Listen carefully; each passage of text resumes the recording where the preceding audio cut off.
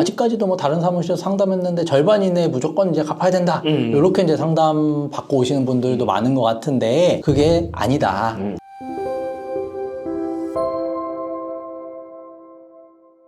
네, 안녕하세요. 유익상 김은찬 변호사입니다. 오늘은 Q&A 다섯 번째 사례. 네, 네. 제가 한번 읽어보고 네. 또 우리 유능하신 김은찬 변호사님께서 답변을 해주시는 걸로. 좋습니다. 네. 안녕하세요. 제 상황에 대해 의견 듣고 싶어 상담 요청드려요. 저는 현재 대구에서 배달 대구. 사업을 하고 있습니다. 작년에 결혼해서 혼인신고는 안 한 상태이고 와이프가 살던 집을 신혼집으로 시작했습니다. 사업이랑 생활비 등으로 대출받은 금액이 5,700만 원이고 부가세 미납한 금액이 7,200만 원 됩니다. 제가 세금을 잘 몰라서 기장대리하는 세무사님이 부가세 부분 사용해도 된다고 해서 라이더들에게 성급으로 돈을 주거나 돈을 빌려주었는데 받지 못해서 결과적으로 부가세 납부를 못하게 되었고 세금 처리하기 위해서 돌려막기 하다가 빚이 늘었습니다. 사업장 세금 처리하면 마이너스인데 한 달에 300만 원 정도는 가져가는 것 같습니다. 별다른 재산은 없고 주식이랑 코인으로 600만 원 정도 가지고 있고 사업장 보증금으로 1000만 원 있는데 지금 월세 60만 원이 2달 정도 밀린 상황입니다. 세금은 탕감이 안 된다고 들어서 개인회생이 가능할지 모르겠습니다. 기존에 다른 곳에 상담받았을 때는 진행이 어렵다고 도움 줄 수 있는 게 없다 이런 말도 들었는데 뭐 지푸라기라도 잡는 심정으로 다시 한번 상담을 요청드려 봅니다. 이분 문의 주신 거 보니까 일단 뭐 세금 관련한 금액 부가세 미납액이 7,200만 원인데 그렇죠.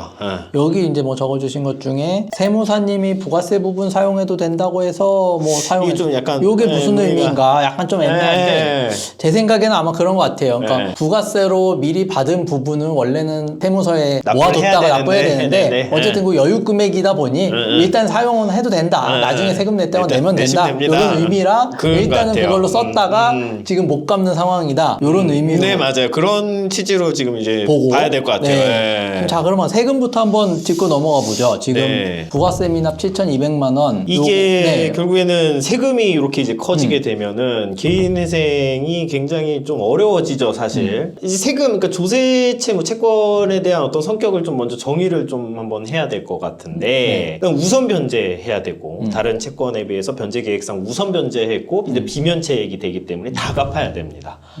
이게 이제 요런 특징이 있다 보니까 요게 세금이 일단 딱 버티고 있으면은 일반적인 개인회생 절차랑은 다르게 일단 진행이 될 수밖에 없고 일단 이 세금 먼저 꺼트려야 돼요. 이 사람 개인회생 진행을 하면서 그럼 이분 같은 경우는 이 상담자분께서는 부가세 지금 이제 7,200만 원 요거 일단 개인회생 절차에서 먼저 꺼야 되는 거죠. 근데 이제 여기서 조금 뭐 쟁점이 하나 이제 염두를 해둬야 되는 게 예를 들어서 좀 뭐 요렇게 가정을 해볼게요. 저희가 7,200만 원이라는 거를 이제 변제를 하는데 이 변제하는 기간이 뭐 36개월 중에서 뭐 35개월 동안 뭐 요거를 일단 변제하고 한 달 남은 거는 그제서야 이제 다른 채권자들한테 변제를 꼴랑띡 하는 거죠. 그렇게 되면 이제 다른 채권자 입장에서는 아니 개인회생 진행해서 이거 분할해서 밟는 줄 알았더니 개인회생 기간 동안 거의 대부분은 세금 갚는 데 끄고 나한테는 그냥 한두 달밖에 돈 안 주네? 그럼 나 너무 가져가는 게 적잖아 라는 생각을 당연히 하게 되겠죠. 실질적으로 법원 입장에서도 그런 내용을 고려할 수밖에 없고 이제 이런 경우에는 이제 채권자 일반의 이익에 적합하지 않다 변제 계획이 그렇게 해서 기각이 될 수가 있어요. 그래서 세금을 이제 다 꺼트리는데 어느 기간이 소요되느냐가 사실 이 세금 이슈에서는 굉장히 항상 이슈가 중요하죠. 되죠. 진행하면서. 그래서 뭐 예를 들어서 뭐 쉽게 생각해서 세금이 내가 지금 뭐 3천만 원 정도 세금을 내야 된다. 근데 이제 월 변제금 100만 원이다. 그럼 이제 요거는 30개월 동안 이제 변제를 하는 건데 그럼 이제 변제 기간을 3년으로 짰을 때 36개월 중에 30개월 동안 세금을 갚는 게 과연 이제 타당하냐? 이제 이거 그런 이제 이슈가 되는 거죠. 근데 이제 과거에는 그냥 이제 2분의 1 이내에 갚아야 된다 이렇게 본 거죠. 그러니까 36개월 진행하면은 18개월 이내에 세금 다 갚아라. 현재도 뭐 그렇게 보정을 내는 재판부들이 꽤나 있죠. 절반 이내로 무조건 줄여라. 세금을. 일단 2분의 1 일단 맞춰라. 근데 이게 2017년도에 좀 의미 있는 대법원 판결을 통해서 이거 꼭 2분의 1로 할 필요는 없다. 이거 2분의 1 이내로 안 들어온다고 해서 뭐 이게 뭐 어떤 채권자들이 이익을 해야 하는 거라고 그렇게 단언해서 볼 것은 아니다라는 일단 판결이 있었고 기간적인 부분에 있어서 충분히 더 연장해서 주장을 해볼 수가 있는데요. 그래도 이제 통상적으로 저희가 이제 실무적인 관점에서 봤을 때는 이제 보통 한 이제 3분의 2 기간 이내로 일단은 좀 맞춰서 진행을 좀 하려고 하는 편이죠. 그러면은 이제 뭐 36개월이다 라고 하면 3분의 2 기간이니까 24개월 이내에는 좀 이제 세금을 꺼트리면 그래도 좀 어느 정도 개인회생 진행이 가능하다라고 일단은 좀 보는데, 그럼 이제 사안으로 한번 네. 돌아가 볼게요. 그러면은 네. 요분 같은 경우는 소득이 300이라고 하셨으니까 네. 일단은 뭐 생계비는 생계비 빼고 그냥 1인 생계비로 1인 생계비 140만 원 이제 공제하면 월 변제금은 한 157만 원 정도 되는 것 같아요. 되는 거죠. 그럼 이제 월에 157씩 갚아서 세금 네. 먼저 이제 몇 꺼야죠. 7,200만 원을 이제 내가 이제 변제를 해야 되는데, 그럼 이제 몇 개월 동안 변제를 하냐? 그럼 이제 뭐 대략적으로 46개월 변제를 하시면은 요거 이제 변제가 되는 거예요. 46개월 대략적으로 그렇게 보시면 되는데, 그러면 3분의 2는 40개월인데 60개월. 그렇죠. 최장이 60개월인데. 그러면 46개월도 괜찮다라고 판단하시는 건가요? 지금 그런 지금 그렇게 이제 저희는 가야겠죠. 이게 보정 나올 테고 분명히. 법원에서는 이제 뭐 보정 이제 뭐 46개월이면은 60개월로 이제 분명히 이제 짜야 될 테고, 이분은 60개월로 변제 기획안 짜서 들어갔는데, 야 이거 지금 46개월 동안 세금을 변제를 하면 나머지 14개월만 다른 채권자들한테 변제를 하겠다는 건데, 이거 좀 문제가 있지 않냐라고 법원에서는 볼 수가 있고, 이게 이제 보정에서 다퉈야 될 쟁점인데, 일단 저는 뭐 다툴 수 있다. 요 정도는 이 정도는 다툴 수 해볼 있다. 만하다. 그래서 구체적인 이유를 좀 한번 좀 설명을 드려보면은요. 네. 좀 그렇게 볼 수 있을 것 같아요. 이게 지금 세금이 7,200만 원인데 이게 그냥 세금이 아니라고 생각을 해볼게요. 네. 그냥 일반 그냥 그 금융권의 어떤 채무다. 그러면은 이분 36개월 그냥 진행을 하실 수가 있다. 왜 그러면 조세 채권 아니니까 전액 변제할 필요는 없으니까요. 그럼 그 경우에 이제 36개월 변제 기간을 짜시게 되겠죠. 네. 네, 이게 조세 채권이 아니라 일반 그냥 금융권 채무라고 가정을 하고선 36개월 변제를 하게 되면은 이분이 이제 실질적으로 변제하는 금액이랑 이분이 지금 14개월 동안 이게 조세 채권이기 때문에 14개월 동안 나머지 기간 동안 이제 전액 변제를 들어가게 될 거잖아요. 그 금액을 비교해 보면은 크게 차이가 나지가 않아요.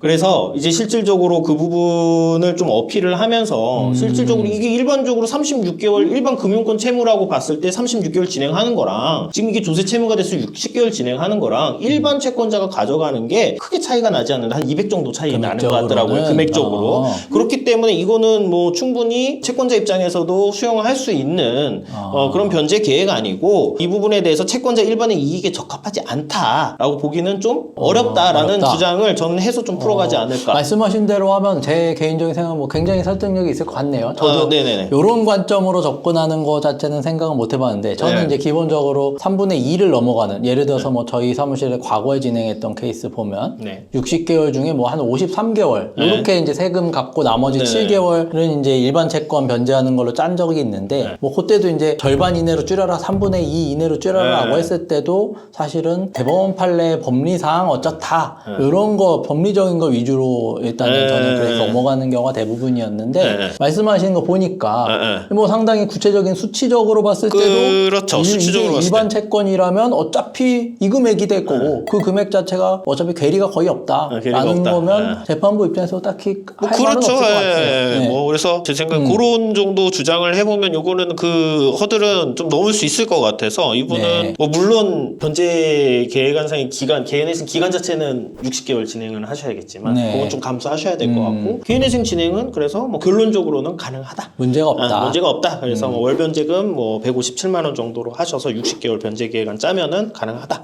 이렇게 답변 드릴 수 있을 것 같아요. 그래서 이게 참 저는 요 사례가 의미 있다라고 보는 게, 어쨌든 요 그 대법원 판례, 말씀하신 대법원 판례 나온 지도 사실 되게 꽤나 오래됐는데, 근데 그게 오래됐더라고요. 최근 오래됐음에도 지방법원 많은 재판부들에서 2분의 1 기간 안에 세금 다 갚아라 이렇게 보정 나오는 경우도 많고, 그다음에 저도 이제 의뢰인분들하고 상담을 해보면 아직까지도 뭐 다른 사무실에서 상담했는데 절반 이내에 무조건 이제 갚아야 된다 이렇게 이제 상담 받고 오시는 분들도 많은 것 같은데, 그게 아니다라는 아니다. 것들은 좀 세금 관련 이슈가 있는 분들은 잘 알아두시면 좋을 것 같습니다. 네, 좋습니다. 그래서 세금 관련한 문의가 있으신 분들께서는 우리 김은찬 변호사님께서 유능하게 잘 처리해 주실 것이라고. 그럼요. 또 이제 뭐 저에게 또 문의를 주시면은 또 저희 어떤 특유의 친절함과 냉철함으로 한번 의뢰인분들을 매료시켜 보도록 하겠습니다. 그러면 다음에 또 다른 좋은 사례로 사례로 찾아보도록 하겠습니다. 감사합니다. 감사합니다.